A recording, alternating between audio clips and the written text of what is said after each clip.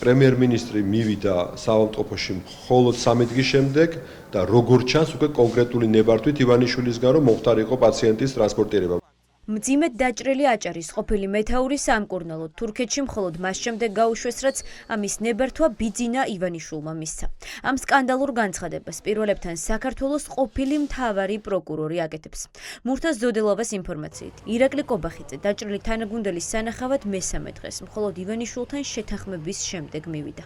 რეჟიმი სწორედ ესე უყურებს, რომ ის ვინც აქ აყავთ ისინი გავლენის ქვეშ ყავთ და ახორციელებენ იმგვარ ზეწოლას, როგორცაც ჩათვლიან საჭიროდ და მათთვის თქვენ ნახეთ რა იყო ბაჩიაშვილზეც, ხო? ესე იგი სანამ არ მოიტაცეს და ჩამოიყვანეს, მანამ კმაყოფილი ღიმილი ჩვენ ვერ დავინახეთ ქართული ოცნების ჩინოვნიკების სახვიზიონომიაზე და მერე გაჩნდა ეს რაღაცა როხროხი, რომ აი რა მაგრები ვარ და რა შეგვიძლია და ნუ ეხლა ეს ისეთი ვითარებაა, როდესაც მოუწიათ ამ ადამიანის გაშვება, კიდევ ვიმეორებ, დიდი ხნის შემდგომ და სანამ პრემიერ-მინისტრმა ზუსტად არ იცოდა რომ ივანიშვილი ყურს არ აუწევდა ამ გადაწყვეტილებისთვის, მანამ იქ არ მივიდა, ვერ მივიდა, იმიტომ რომ ოჯახი ერთ-ერთ რამეს პასუხს ელოდებოდა ხელისუფლებისგან. მოგვეცით უფლება რომ გავიყვანოთ მაღალი ტექნოლოგიების კლინიკაში. ოცნების ყოფილი ჩინოვნიკის სავარაუდო თვითმკვლელობის მცდელობიდან თითქმის 1 კვირის თავზე გამოძიება ოფიციალურ ვერსიას არ ასაჯაროვებს. საქმე, რომელზეც მაღალი საზოგადოებრივი ინტერესია, პროკურატურას გასაიდუმლოებული აქვს.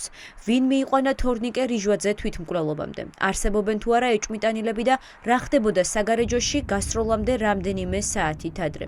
არც ერთ კითხვაზე პასუხი საქმის პროკურორს არ აქვს. 1 კვირა გავიდა თითქმის და არანაირი პასუხი რიჟვაძის თვითმკვლელობაზე, სროლა თუ ესროლეს მკვლელობაზე პასუხი არ არსებობს.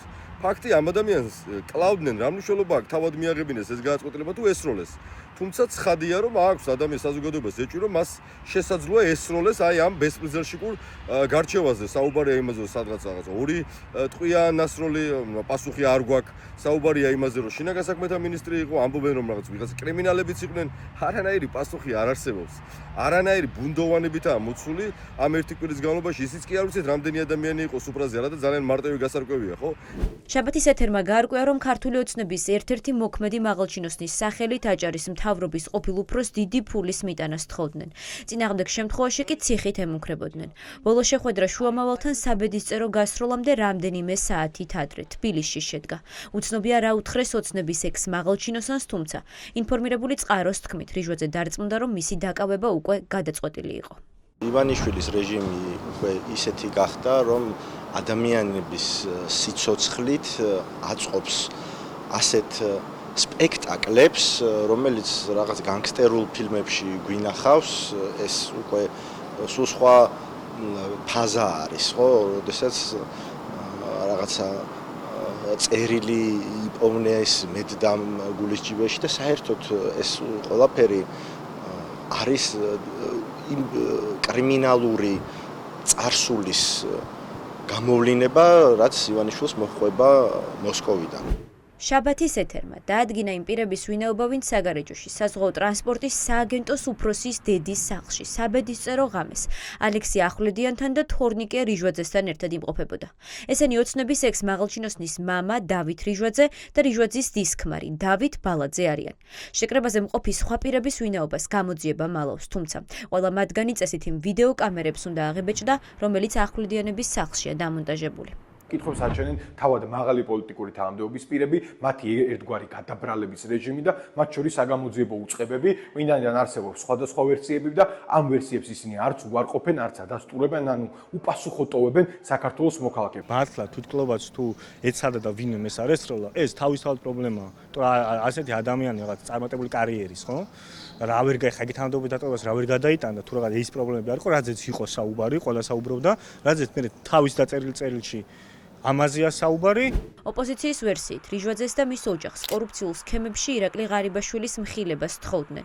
სასურველი ჩვენების ვერ მიღების შემდეგ კი მასაც და აჭარის მთავრობის ყოფილ მეთაურსაც ოჯახებით დაემუქრნენ. სწორედ ამ მოტივით იმყოფებოდა სუსის არაფორმალურ გამოკითხვაზე დავით რიჟვაძე, რომლის მოსაძებნედაც თბილისში თორნიკე რიჟვაძე აჭარიდან ჩამოვიდა. საზოგადოებას არ ჯერა და საზოგადოებისთვის მიუღებელია ის ვერსია, რომელიც შეთავაზებული იქნა ოცნების რეჟიმის მიერ.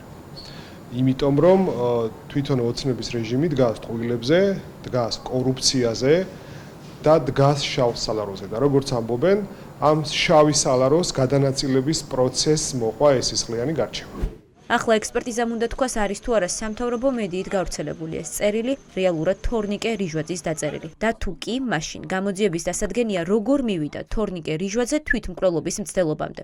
ახლა საინტერესოა ალაპარაკდება თუ არა საზღვარგარეთ მყოფი რიჟვაძე ოცნებასთან დაპირისპირების რეალურ მოტივებზე.